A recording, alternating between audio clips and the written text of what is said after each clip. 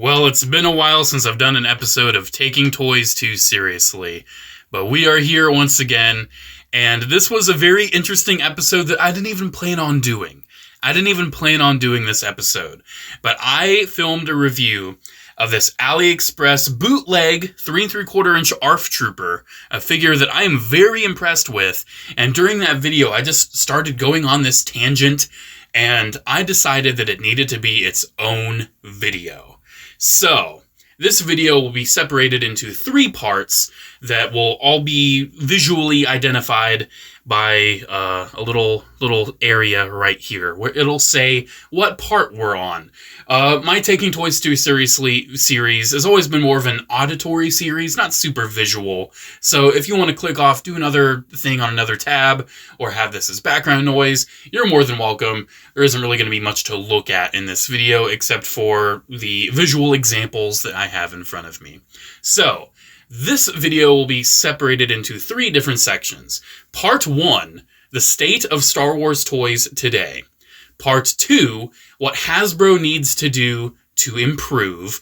And number 3, what should happen if Hasbro gets the boot. So, as you can see from the title, this is about the modern state of Star Wars toy collecting. This has been a huge issue for years. I feel like ever since Disney has bought the brand, there has always been some sort of issue with Star Wars toys. And I'm not here to talk about what the past issues have been. I'm here to talk about what the issues are today. So, Section 1, the state of Star Wars toys on the shelves today. So, let's say you walk into a Walmart, Target, place like that. What are you going to see? Well, I have in my mind's eye right now of what I see. At Walmart, for instance, there's tons of these goofy Darth Vaders. That's whatever. There's always goofy Star Wars toys like that. I'm focused on the action figures. So I walk over to the action figures and I see the same Star Wars peg warmers that I have seen for ages. I see Lando Calrissians. I see Acolyte figures that are not moving. I see some old, like, Andor figures that are not moving. Yes, still Andor stuff. Some Ahsoka stuff not moving. All these characters that are just not moving. They are not moving. I've already talked about how modern Star Wars toys are not as toyetic as they used to be. That's a whole other issue. Like, the character designs from the media is not as appealing as it once was. And then, like, that's what I see for the 6-inch. For the 3 3/4 inch, I always see the deluxe figure that has its own SKU that inevitably always goes on clearance. You never need to buy a Vintage Collection deluxe figure at full price. I feel like one of the few instances where you should have was Jango Fett. That's because for whatever ungodly reason, he never made it to stores. At least not from what I saw. But tons right now, the current one is Cobb Vanth in the Boba Fett armor. He has a whole peg. Same with the Black Series IG-12. He has his own peg because he's a deluxe with his own SKU. You always see those same deluxes with their own SKUs like that. And you don't even see Retro Collection anymore. I think Hasbro's given up on that line, thank God. At least when it comes to individual carded releases at retail. But another thing you see are tons of those new 5 POA. I don't even remember what they're called. Titan Hero, something like that. I don't even remember. But they're basically the new 5 POA, where they're 4-inch. They're not 3 3/4 inch, they're 4-inch. And those just sit and sit and sit. I never see them sell. They're always just sitting there. And the action figure section is pretty lame. It's pretty lame. I feel like when I was a kid and I walked into a toy aisle expecting to get Star Wars toys, I was hoping for Vader, Anakin, Stormtrooper, Clone Troopers, obviously, maybe some battle droids. I was hoping for characters like that. Nowadays, like Ahsoka. Ahsoka would be cool to see. Characters that kids actually find appealing, as well as characters that I feel like adults could find appealing. But I don't feel like that mix is really there. And it's just terrible. I walk past it all the time. I look at the Star Wars toys at a glance and I'm like, oh, same trash. And I just walk past it.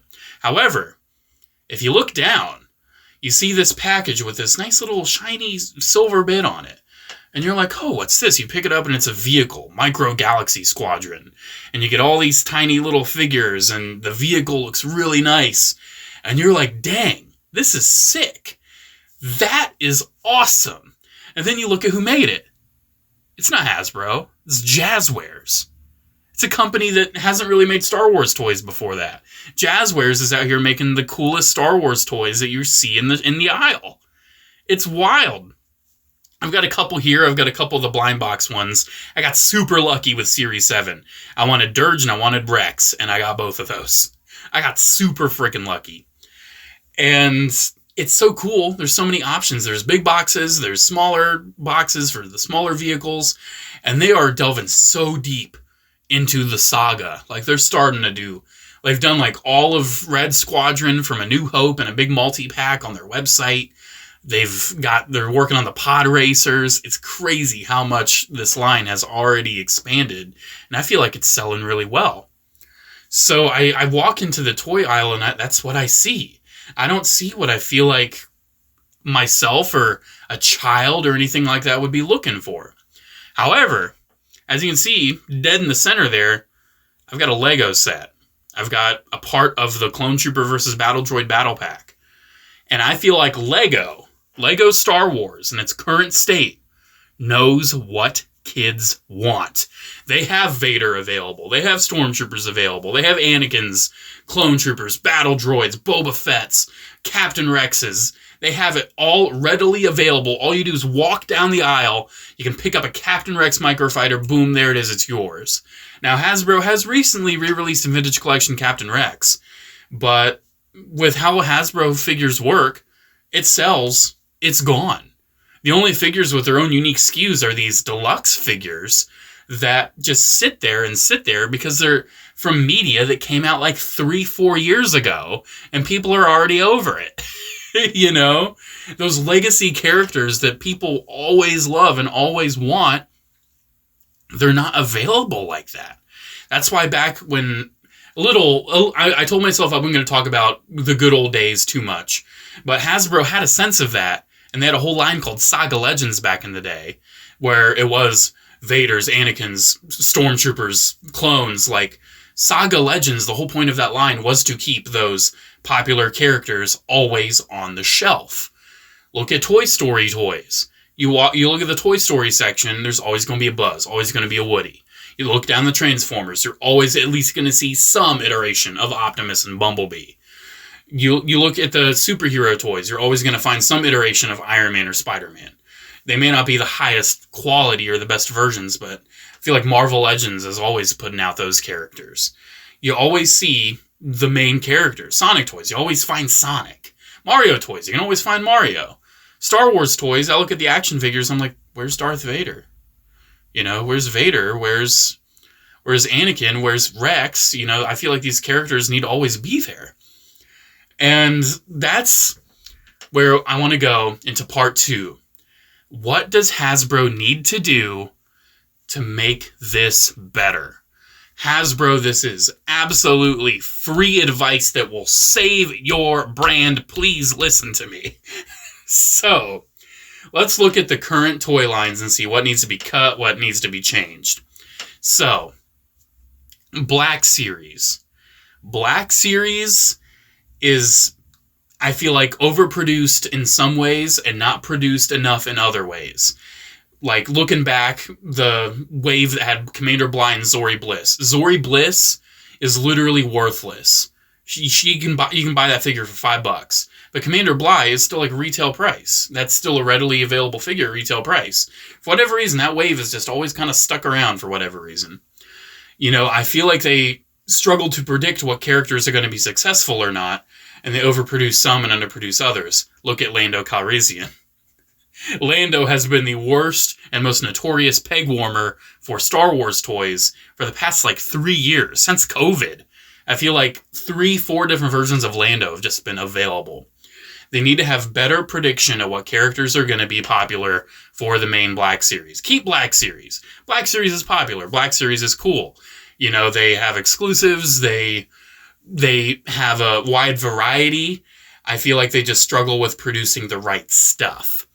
And that's where they need to refine it a little bit. I'm personally not a Black Series collector. I only really do the clones, and I pluck out one or two here or there. But I think Black Series needs to stay. The vintage collection, I also feel like should stick around.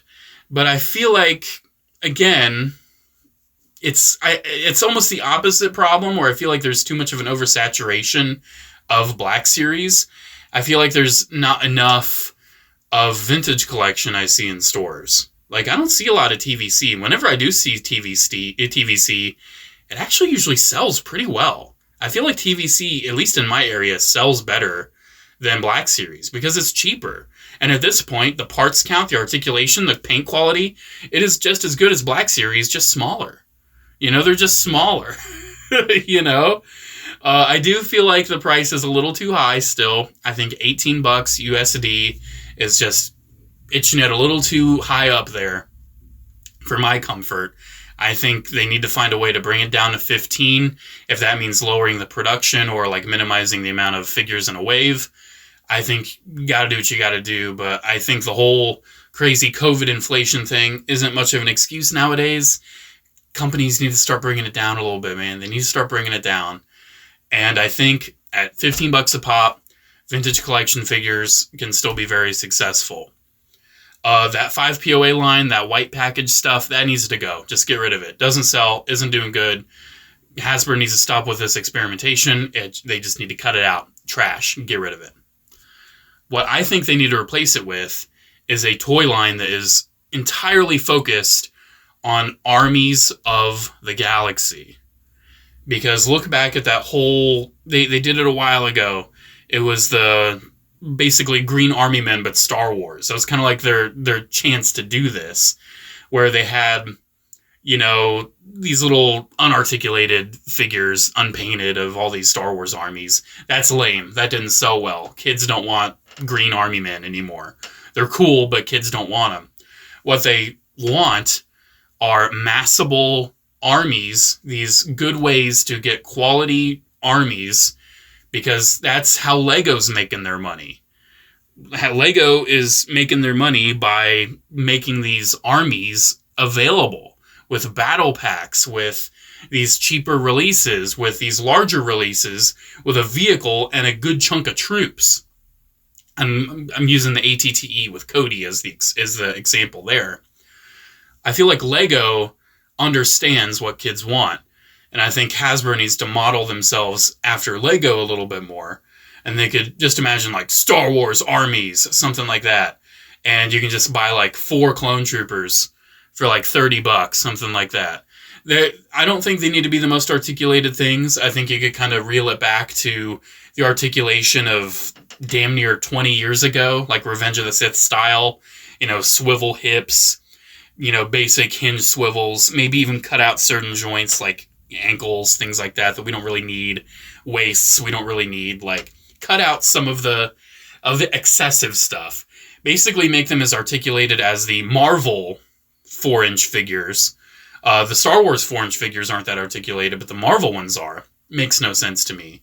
But yeah, just make them moderately articulated. Make them 3 3/4 inch scale. Don't make them 4-inch. Make them match everything else that has come previously.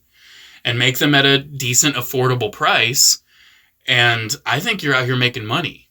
Make sets for the 501st. Make like commander packs with those grade A characters that kids want to walk down the aisle and find.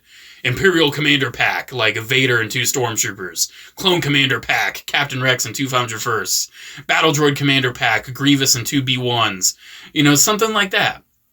And that would be the way to like have those super popular characters accessible while still making a little bit of extra bank by packing in some easy reuse army builder characters right alongside them. I think that would work fantastically. I think those would freaking sell. And you can make some more budgety vehicles for them too. They don't have to be the greatest vehicles of all time. Think back to the era of like, you know, late Clone Wars, early Rebels style vehicles. You know, where it's not like Vintage Collection where you open it up and it has like individual gear shifts and everything. No, like think back to Kenner days. Literally just plop the figure in the seat. There you go. You know, we don't need something super advanced for vehicles. We don't. As long as they hold the figures and it looks cool, go for it. I think that's what Hasbro needs to do to save the brand. They need to, with Black Series, do some more R&D with what characters need to be made and created, and put them, you know, make sure they're more conscious with character selection. Vintage collection, I feel like less is more.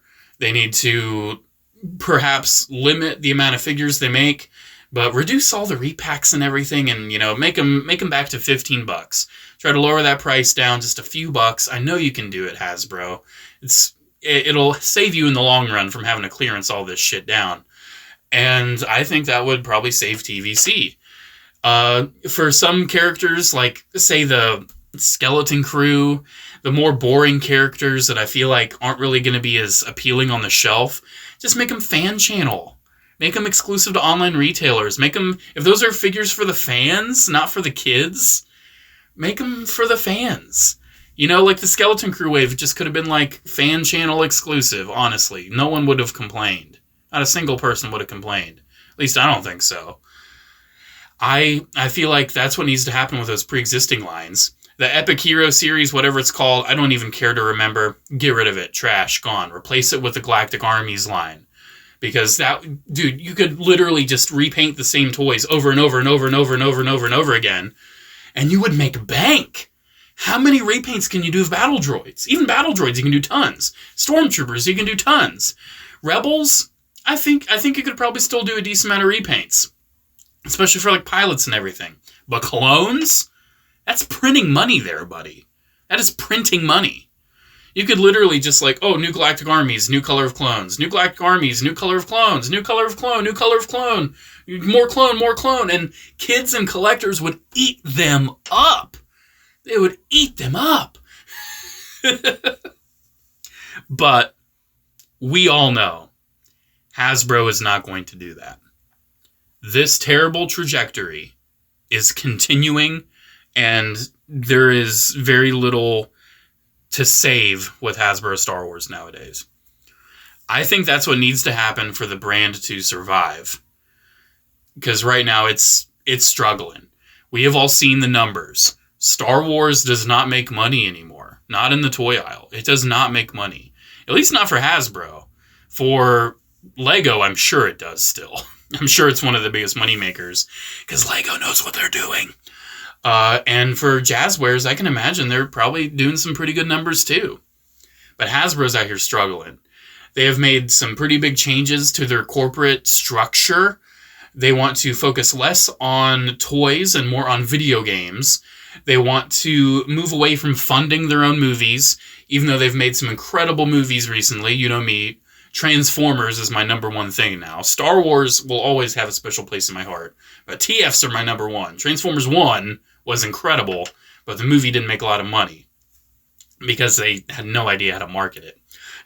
So they're moving away and they're letting the studios handle the movies now. They're just passing the torch on to Universal again. We're back. We're going to be back to having terrible Transformers movies. It's tragic, but what can you do? But when it comes to the toys, clearly they're struggling to make money. You know, Magic the Gathering, that's one of their biggest things. Like the gaming stuff is what's really keeping Hasbro afloat. I said video games earlier. It's not just that. It's also like the games, like, you know, D&D, Magic the Gathering. Those are what's really making them their money. So there's been a lot of talk recently about what's going to happen if Hasbro doesn't keep Star Wars. Because clearly they've let other franchises falter and die off. Hasbro bought and ruined Power Rangers. You don't even see Power Rangers toys in stores anymore. They ruined it. Hasbro ruined Power Rangers. That's insane. That's commendable that a company is so incapable that they can ruin a franchise that ran strong for damn near 30 years. That's commendable. But if Hasbro loses Star Wars, which is a decision, which is a trajectory that not only do I think is one day inevitable, but also perhaps the right move, because that what if scenario, I don't think it's ever coming. I don't think Hasbro is going to fix these mistakes. They're too comfortable to take necessary risks. They're too comfortable to make those kind of changes. And they're comfortable in failure, clearly. They're not making money anymore. Who should take the torch? Who should take the torch? Let's think about a few other toy companies. Mattel? Hell no. Mattel sucks. Hate Mattel. Okay, they're perhaps not that bad. I think they've done a pretty decent job with He-Man recently. But they lost to DC. That was a big L. But I feel like they're staying afloat pretty significantly with Barbie, Jurassic World. And I think, He-Man seems to be doing okay, but I don't see it move that much. I see it get clearanced a lot. So I feel like I don't think Mattel is the right move. I'm not a big Mattel fan. Not just of the company, but also their handling of, just their figures, how they're made. I'm not the biggest fan. McFarlane. I'm a big McFarlane fan. But I feel like their strengths are in 7-inch superhero figures. I don't think their strength would be in Star Wars. I think Star Wars McFarlane figures would tank. I don't think McFarlane is the right fit. Jakks Pacific, they're making their way through. They're kind of making more of a name for themselves. They've been doing Mario and Sonic, and I think now they've just introduced The Simpsons, if I'm not mistaken. They're pretty decent with world building and everything. So Jakks Pacific is one that I perhaps would consider, but I don't know. I don't think their production quality quite meets the expectation of Star Wars toys. They focus and shine best with those cartoonier toys. What other companies? There's one that I'm saving for last. Jada. I think Jada Toys. They've kind of been coming out of the woodwork with some pretty impressive 6-inch action figures. Their Street Fighter stuff looks great. Looks incredible. I haven't picked one up yet. I want to just because they look incredible. I don't even know which one I would pick up, though. I'm not big on Street Fighter. Maybe Dhalsim. The few times I've played, he was always my main. But I don't know. That's going off on a tangent. I just don't think Jada has enough of a broad spectrum to be able to handle something like that. Super 7, hell no. I have no reason to explain why I think Super 7 would absolutely kill it, and not in the good way. Super 7 sucks. They're overpriced. Their products are not good enough for the price they're asking. I think Super 7 would be terrible. I think the company that would be best for Star Wars toys, if Hasbro finally gets the boot, would be a company that's already making Star Wars toys. Jazzwares. Micro Galaxy Squadron rocks. It rocks. And Jazzwares have proven themselves to make some pretty capable action figures with stuff like their Fortnite line, which, again, Hasbro killed. Oh, jeez. Yeah, Hasbro killed Fortnite toys, too. Good job, Hasbro. Good job. Don't know how you managed to kill toys for the biggest video game franchise of all time, but good job. Yeah, I think Jazzwares make some pretty capable action figures. They do good with their Halo line. I think they do good with vehicles. Clearly, they do good with vehicles. And I think they have a pretty good grasp on character selection. They did all of those gunships that were Target exclusive. That was sick. Hasbro has never even made half of those. They did a wide variety of gunships, and Hasbro hasn't even touched the gunships in well over a decade. I don't know if Hasbro is ever going to touch the Republic gunships ever again. Lego just did one a couple years ago, and they did one a year before that, a big UCS one.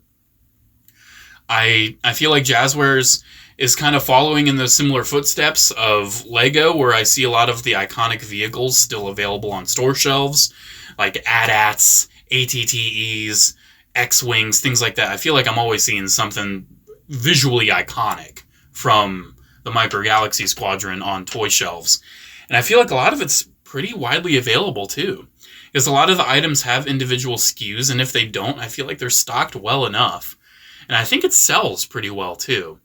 I think, especially since they're already holding the license, I don't know what's going on with potential license renewal with Hasbro and Star Wars. I don't know when the date's up. I don't know when it's due to change.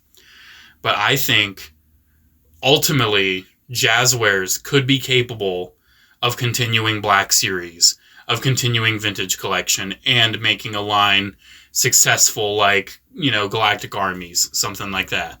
Going back to the roots that was during Hasbro's golden age of, you know, 2008 to 2011. That was their golden age. And it's tragic that we have been in the poopy age for years now. It's tragic. Now, granted, Hasbro can still make some nice stuff that does deeply appeal to fans, like this 187th Black Series figure, but do keep in mind, that ain't perfect. You know, it's an older mold when they've already produced a newer one. It doesn't have the full set of armor he needed to have. You know, it's a half-measure clone. It doesn't have the two-tone purples. It's good, but it's not perfect. I feel like whenever Hasbro does something cool, there's always a but, or a unfortunately. Like, there's always some sort of caveat to that, where I feel like other companies can just excel. They can just do it. And I personally think, when it comes to what I want to see out of Star Wars toys moving forward, I want to see Jazzwares get the license. That's my official opinion. I want to see Jazzwares get the Star Wars license, the master toy license. I want them to make action figures, vehicles, other toys, lightsabers, you name it. I think Jazzwares would kill it, and that would put them on the map as not like the B-list toy company they are, but an A-list toy company that I feel like they have the potential to become. And it's crazy because you would have asked me 10 years ago what I think about Jazzwares. I would say, oh, they're trash. And they've come a long way because their toys 10 years ago were not good. They did make some genuine garbage. Their 3 3/4-inch figures 10 years ago, trash. Caked in paint, limbs fell off, looked ugly, terrible articulation. Jazzwares sucked back then. And I think nowadays they have excelled. They've proven themselves to make capable products. And that's what I want to see with Star Wars moving forward. I think Hasbro has dropped the ball one too many times. And at this point, I'm tired of giving them chances. The fact that AliExpress is keeping my Clone Trooper collecting alive speaks volumes to this. You know? These knockoff companies are making more than what Hasbro does. I'm sure I could count up all the AliExpress clones that I got and reviewed in 2024, and it's more than official Black Series clones. Even with 3 3/4-inch, I can guarantee you, and they just started doing 3 3/4-inch, I can guarantee you AliExpress has made more than Hasbro did in 2024. I have very little words left. I think I've made my points. I have been feeling this for a long time, and I'm happy that I finally put it out there as a Taking Toys Too Seriously, because this needs to change. Star Wars has been one of the biggest toy makers, the biggest toy sellers, the biggest toy presence in the aisle since 1978. And after all these years, it has devolved into such a tiny little section, like a Target, that He-Man is literally bleeding over into the section that was dedicated for Star Wars. He-Man is bleeding over. That's wild to me. That is wild. I think I've made my points. I would love to hear what you think down in the comments, or if you even just want to make a video and tag me in it, sharing your opinion. If you want to defend Hasbro, if you think they're killing it right now, be my guest. But I think Hasbro has been dropping the ball for so long that I'm just done, dude. Like, I get more excited over getting AliExpress Star Wars toys than I do getting one that actually says Hasbro or Kenner on the box. It's mesmerizing to me. Let me know what you think down in the comments below. Special shout out to channel members, as always. Thank you all so much for the continued support. It is always genuinely appreciated. Have a great one, guys, and I'll see you in the next video. Bye.